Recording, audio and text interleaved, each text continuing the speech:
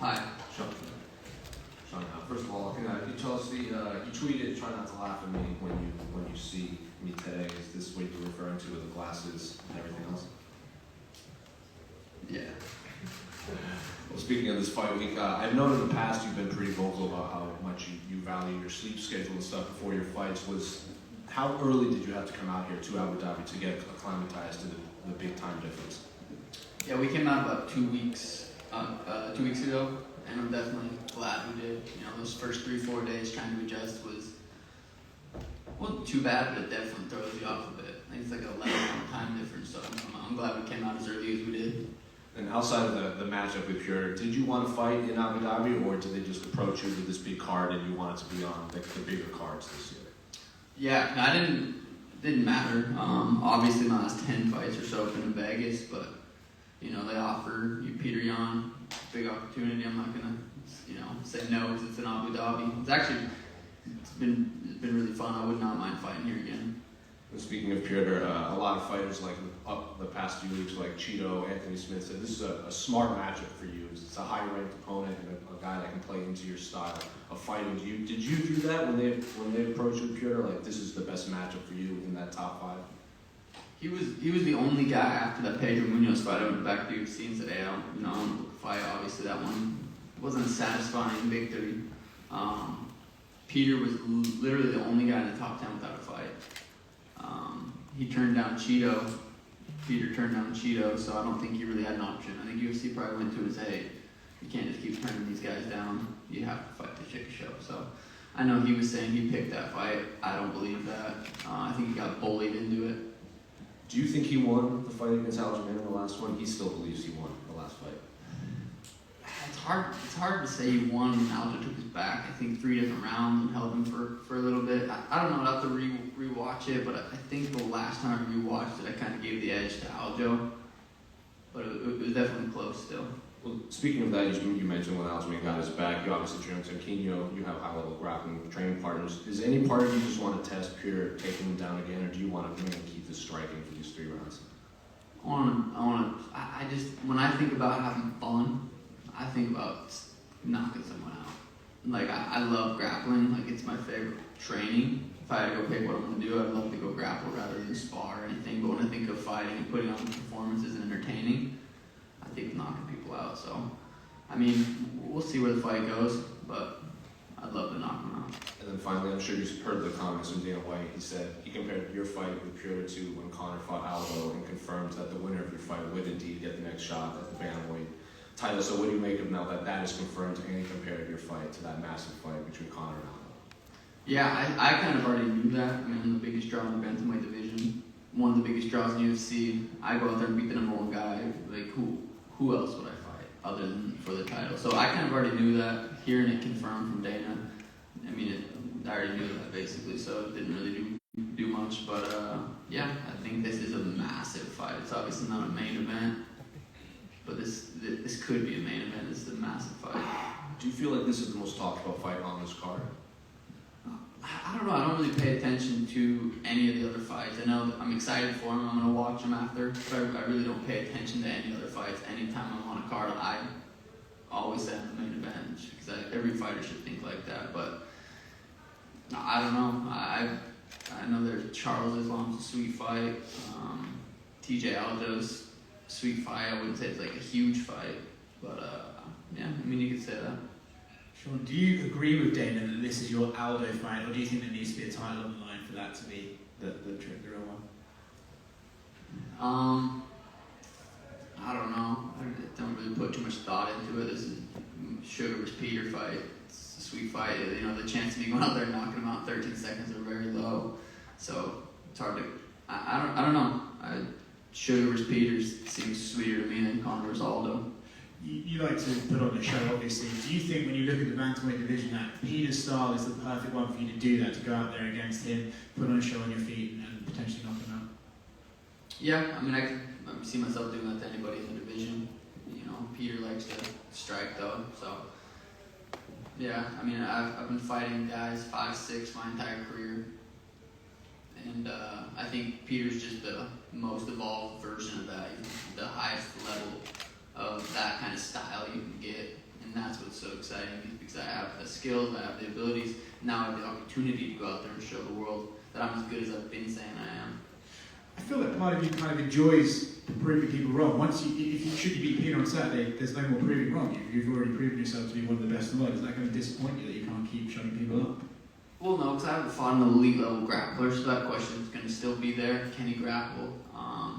You know, it depends. You know, say I go out there and knock Peter out, beat Peter, and we don't grapple much. It'll still be a can he grapple? Can he grapple? So I'll still have people to prove wrong. I could go out there and beat, you know, the best grappler in the world, and then still say yeah, but. So that's just how this game works. I noticed you're only wearing one watch today. Where's the other one? Yeah, I felt humble. Sean, curious, when this fight was first booked, Dana said that you basically had to be convinced by Sean Shelby to make this happen.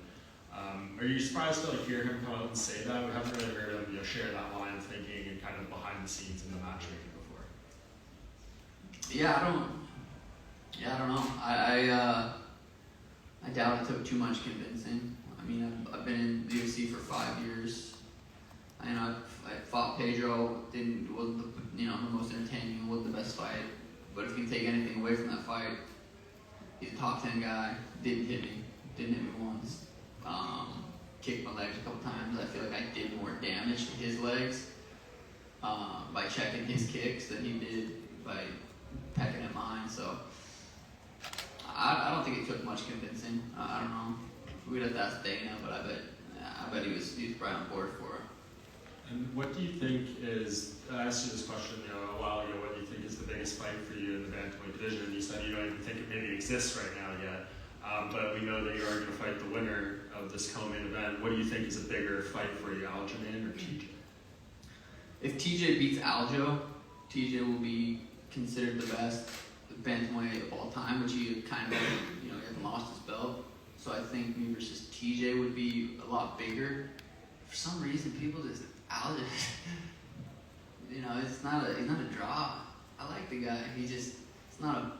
Even TJ versus Aljo doesn't feel like a huge fight. It's a main event. It could be a main event. It's a big fight, but it's not like a massive fight. I think if TJ beats Aljo, me versus TJ is insane. I think me versus Aljo would be insane, considering I'd be on the card. So probably TJ. Sean, just to so I see. It's tiring, yeah. So Petr is known to be like a bit of a slow starter in the first round. Sometimes people say it's because he's trying to see his opponent work out the game plan and then react, but then he might be conserving his energy because he's been in a lot of 5-round fights lately.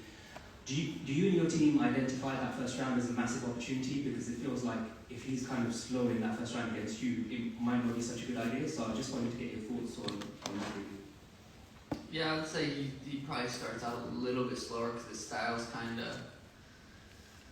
It's a 5-round style when he starts. It's a completely different mindset when you have a 3-round fight compared to a 5-round fight. So I'm not really expecting him to come out there and kind of start us slow. He knows he only has 15 minutes. It's a lot different mindset than having 25 minutes. So I expect him to come out and try to get busy a little bit right away.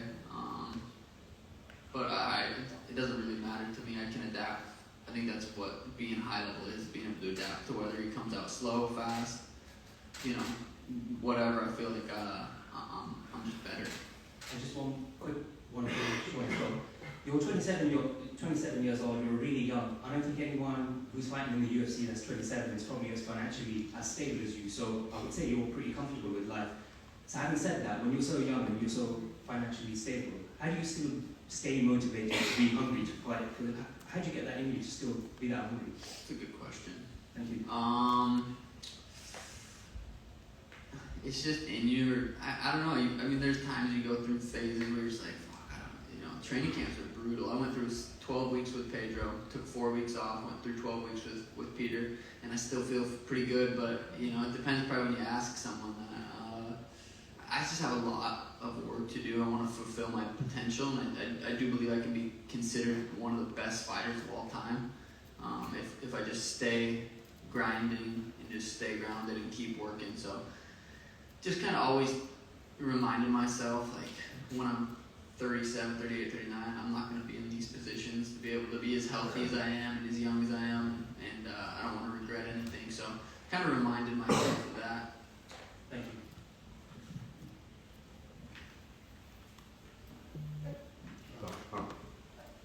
Yeah, obviously I know you're focused on Petr Yan, but I just wanted to get your opinion or your thoughts on the main event, who you think's will between Oliveira and Makachev. I just love Charles's career. I think it's cool to see, you know, how long he's been in the UFC, the ups and downs, and then the streak he's on right now.